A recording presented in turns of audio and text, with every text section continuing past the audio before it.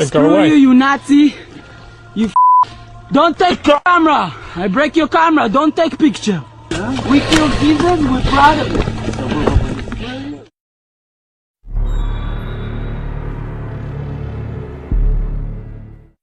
Di dalam Talmud, terdapat sebuah petikan yang dipercayai oleh para sejarawan sebagai deskripsi kepada penyaliban Yesus Kristus menurut versi kepercayaan masyarakat Yahudi.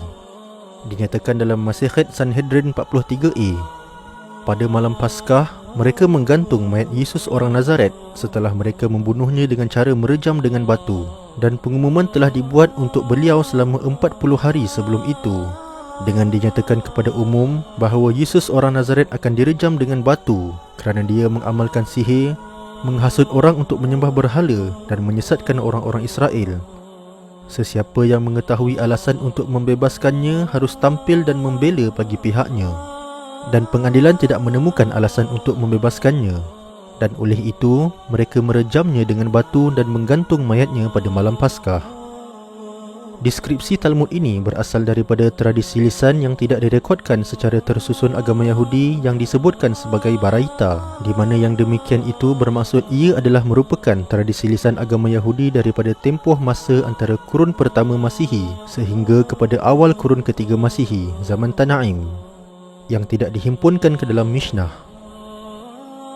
Jika dibuatkan perbandingan, akan jelas kelihatan bahawa terdapat perbezaan yang sangat-sangat ketara antara naratif penyaliban Yesus yang terdapat dalam Talmud dengan naratif penyaliban Yesus yang masyhur dalam kalangan para penganut agama Kristian.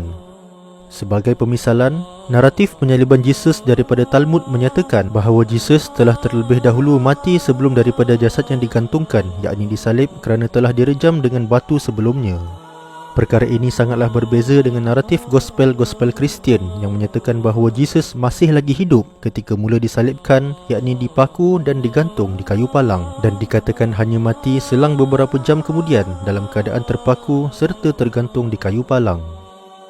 Pihak yang dikisahkan bertanggungjawab menjalankan penyaliban ke atas Yesus juga adalah pihak yang berbeza dalam kedua-dua versi naratif ini, di mana menurut Talmud, pihak penjalan hukuman adalah orang-orang Yahudi sendiri, kerana dikatakan Yesus telah kononnya mengamalkan sihir serta menghasut Bani Israel melakukan kesyirikan, suatu perbuatan yang mana jika benar dilakukan oleh Yesus, sememangnya akan melayakkan diri baginda untuk dijatuhi hukuman rejam dan salib yang merupakan hukuman yang paling berat dan menghinakan dalam undang-undang Bani Israel. Naratif gospel Kristian walau bagaimanapun memaparkan watak pelaksana hukuman yang berbeza, di mana menurut naratif gospel, Yesus dikatakan telah disalib oleh tentera Rom yang merupakan kuasa penjajah ke atas masyarakat Bani Israel pada ketika itu. Dari sudut pentarikhan, adalah dipersetujui secara umumnya, bahkan oleh sebahagian rabai Yahudi sendiri, bahawa kisah penyaliban Yesus yang terdapat dalam Talmud adalah merupakan suatu naratif atau versi cerita yang muncul lebih terkemudian daripada naratif penyaliban Yesus yang terdapat dalam gospel. Kebarangkalian yang mungkin adalah naratif penyaliban Yesus yang terdapat dalam Talmud adalah merupakan propaganda yang digembar-gemburkan oleh para pemuka agama Yahudi bermula pada akhir kurun pertama Masihi bagi menyanggah golongan Yahudi Kristian, yakni para pengikut Yesus yang sebenar daripada kalangan masyarakat Yahudi yang mempercayai bahawa Yesus adalah Ha-Mashiach atau Al-Masih.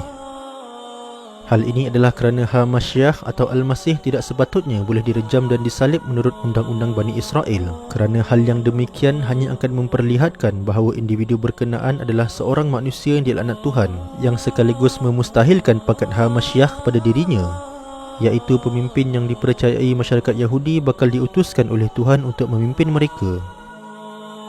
Justeru, di atas sebab ini jugalah dipercayai Al-Quran mempunyai penafian kepada penyaliban Yesus yang lebih kelihatan seperti menyanggah naratif penyaliban Yesus yang terdapat dalam Talmud, iaitu kerana ia hendak menjustifikasikan kepada orang-orang Yahudi bahawa Yesus atau Nabi Isa ibn Maryam AS adalah benar-benar Al-Masih, yakni Ha-Mashiach kepada masyarakat Bani Israel yang walau bagaimanapun telah didustakan.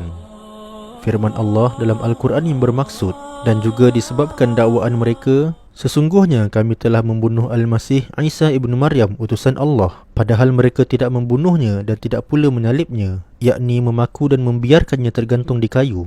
Tetapi diserupakan bagi mereka apa yang mereka katakan itu. Dan sesungguhnya orang-orang yang telah berselisih faham mengenai penyaliban Nabi Isa, sebenarnya mereka berada dalam keadaan syak tentang menentukannya, Tiadalah sesuatu pengetahuan pun bagi mereka mengenainya melainkan daripada mengikut sangkaan semata-mata dan mereka tidak membunuhnya dengan yakin. Surah An-Nisa ayat 157.